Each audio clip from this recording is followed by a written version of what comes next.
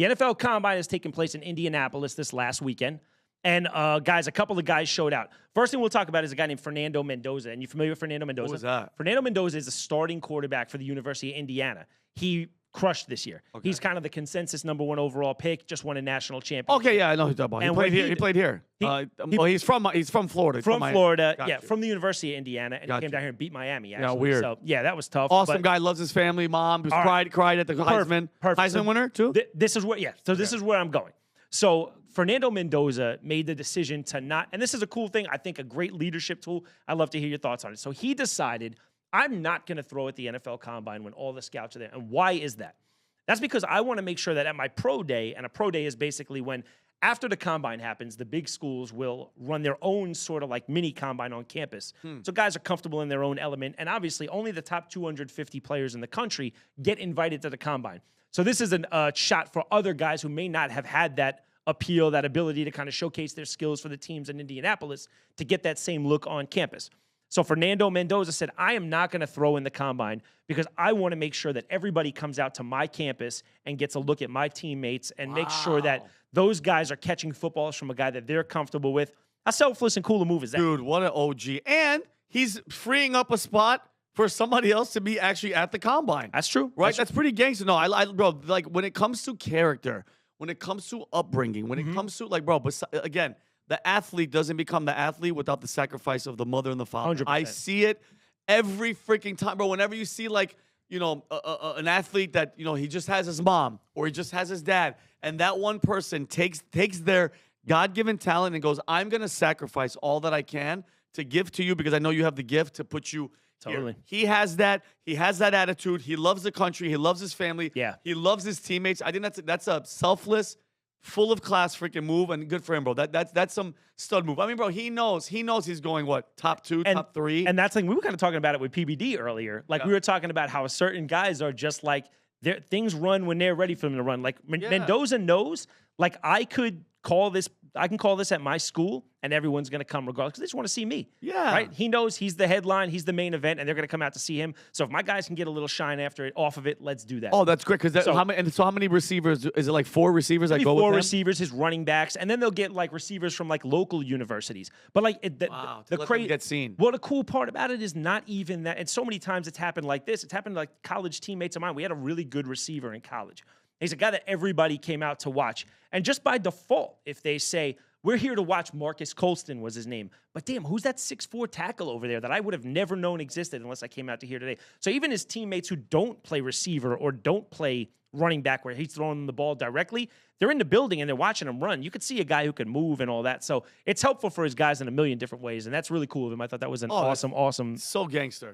A gangster. So the Combine itself is basically just one day, and I want to talk to you about your unique experience, obviously not at the NFL Combine, but something like it, and I'll set it up. So go for it. So it's like 3 days of rigorous mental testing. They'll wake you up any and every hour. You're meeting with teams. They want to get a feel for your mental. They want to get a feel of how you adapt, how you deal with uncomfortable situations. They're going to ask you silly questions that you're going to be like, I have no idea what I'm supposed to answer right now. They'll ask you, are you a cat or a dog person? And depending on how you act, it matters to them. What if you're like, I wish every cat died? It's like, bro. Well, there's a kid who's a phenomenal receiver. His name is Lemon from USC this year.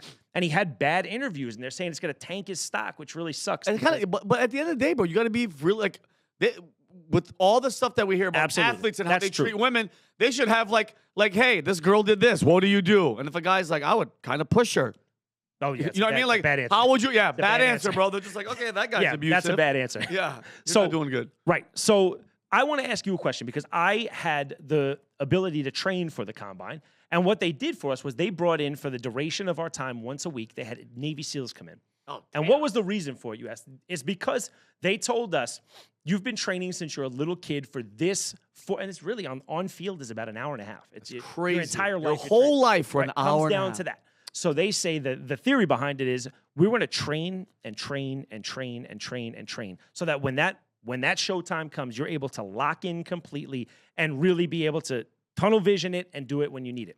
So does any of that remind you of any of your training? I want to talk about your training for the service. Obviously, that's having that, talk about that, the ability. And now you're doing comedy. Now you do the podcast. Now you're always on stage under the lights and stuff. People come to watch you do things. Do you have any tactics that help you when pressure is up? I mean, we've done stuff here where you have an emergency podcast. Something crazy happens around the country. Yeah. And your voice is one of the first ones they hear. Yeah. What are some tactics that you use to sort of like lock it? Bro, you're the funniest dude I know. Thank you. But you have to sometimes leave that at the door and be serious. Wait, I'm funny how, like, You're I'm funny a like a clown. clown. I amuse you. I make, whoa, Anthony. You're a big boy. He knows what you said. What'd you say? I love what the? It's so all right, no. Nice. Well, no, but I think if what's that saying? If you stay ready, you never have to get ready. Correct. So I think just like when it comes to the athletes or like throughout my entire life, brother, always be prepared. Always be prepared because you never know when it's going to come, brother. Like that next man up attitude. Always train, always prepare like they're going to call you. Like, bro, think about it. When I first got here, I wasn't on the PBD podcast. I was just around. But guess what I would do? I would show up early and I'd be there at the pre-meeting. I would look through all the stories. You could even ask Rob. I'd go through all the stories. Just, bro, I didn't think I was going to get called. And then I'm just hanging out one day there. I forgot Pat, there was an empty seat. And Pat's like, hey, just sit right there. And I never left that spot.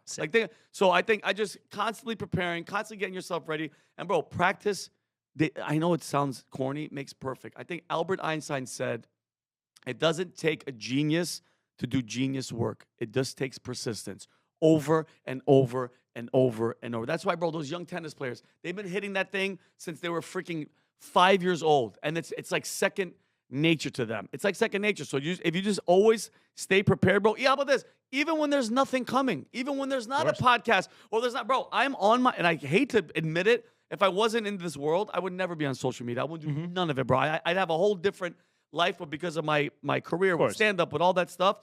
But, I have to be consistently looking at stories, finding out what's real, what's not real. Is it fake? Is it AI? Just being prepared because, like you said, I get a phone call or text at 6 a.m., war just broke out. Yep. What do you know about the war? Who's running it? Who's involved? Is Israel here? Who's right? Who's wrong? Who's right? Who's wrong? What's your take? So I think just being prepared, dude, it's the same as being an athlete, bro. You got to stretch. You got to, eat the right food. You got to get. So it's the same thing. I gotta consume the right. Actually, I got to consume all the content, the good, the bad, and then filter it out, and then just be, ready to go. Yeah, we have a quote that says, "Don't practice till you get it right. Practice till you can't get it wrong." Boom. That's like one of my favorite ones. It's just like just drill it. I'm gonna get that tattooed on my chest. There it is. I think I'm gonna get that like seriously this weekend. Well, you're on camera now, so we're gonna hold you to that. Whatever. So let's take it to the field, right? So on the field, it was an absolute. I mean, it was just a showcase for the Ohio State team. Is it done? Is it done, Chris? The combine is finished. Yeah, okay. It was last weekend. It ended. And after the combine, we're looking at maybe 4 guys in the top 10 from Ohio State. We're looking at Arll Reese, Sonny Styles, Caleb Downs, and wide receiver Carell Tate, who are all projected to be top 10 picks. So did you go to college? And I asked you this for a reason. Did you go to college at all? No. Oh, that's no problem. That's no problem. I did online because I was in the military. Okay, so here's my question for you. But you did have a friend group at like 20. DeVry. I went to DeVry, all right? No, I'm joking. So I ask you this because I need what would Vinny Oshana at 21 years old and his boys be like if after 3 hours you and 3 of your best friends in the world all became just overnight multi-millionaires? Because that's what these guys are about to happen. What kind of mayhem would it be? Oh, man. These guys are all going to be drafted in the first hour and a half of the draft, and they're all college teammates, and they're all going to have 50, 60, 40, 35 million in the bank. What does that look like with Vinny Oshana? At 21, bro, I would pray that I would have a support system that's like this. Totally. You're not going out. Totally. You're not talking to any. I'm sorry. You go take some cold showers, and this is the time that you chill and you wait because this, like you said, all the years of working, you showed up in that hour and a half. You are the top 4 people. Do not, because right now, bro, remember, the bigger you get, the more you get. The devil's like, oh, what? What are they doing? Oh, what are they doing?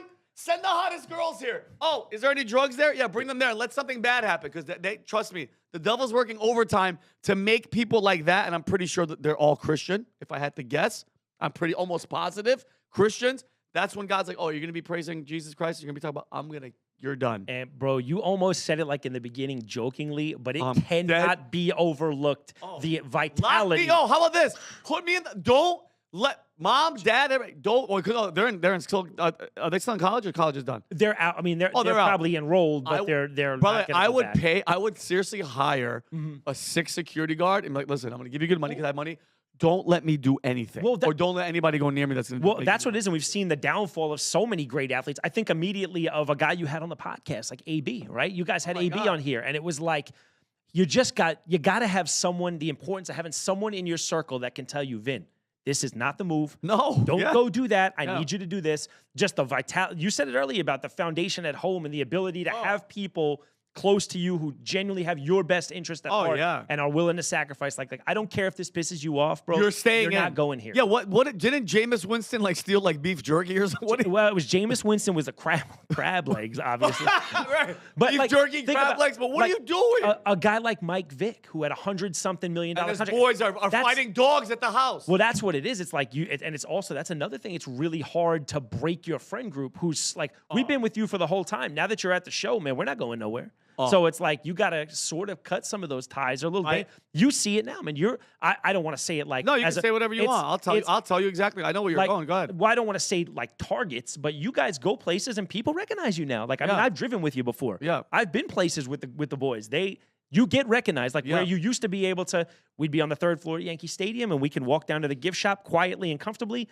Now there's a crowd. Yeah. And now one guy didn't like what was said on the podcast or a guest that you guys platformed. Yeah. And it's a huge thing. It's important to have people around you that have your best interest at heart and say, Vin, you got so many beautiful things going on right now. I just can't let you fuck it up. You know? And you nailed it, bro. Think about how many enemies. Think about how many haters.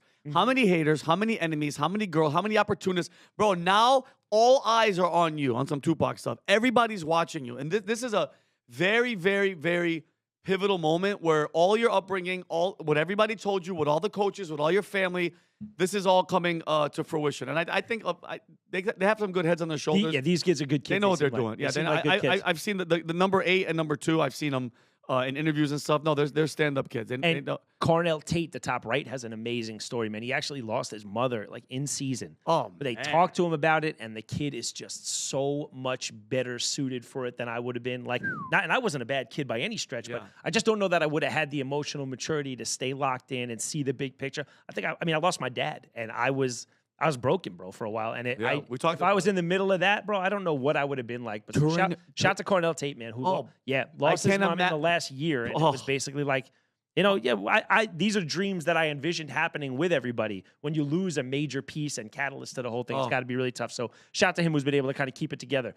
Now we talk about the importance of a good security guard, right? Yeah. So I want to play a guy named Markeel Bell, who went to the U. Okay. Markeel Bell put on an absolute clinic tape for the 40 for a guy his size. Tell me what you think about if you either approached a guy who has security like Markeel Bell or you had security like Markeel Bell. Just to set the stage, Markeel Bell is 6'9", 346, and he ran a 5'3". Wait. Hold on. You heard he's me right. 6'9". He is. He's a builder. It's a builder. He's 2 of me. Yeah. He's a big dude. Okay. And he ran a 5'3". So, oh my God. If that doesn't tell you guys like what kind of moving. savages. Yeah. Can we run the whole thing, guys? Can we watch this guy move? Look at this guy, 6'9". I've never seen a person that big in my life, and I played. Bro, unbelievable, right? Unbelievable. So that's Markeel Bell. Shout to Markeel Bell. Just want to give you a little shine. South Florida guy down at the U, and we're close. So nice. Give the U a little shine.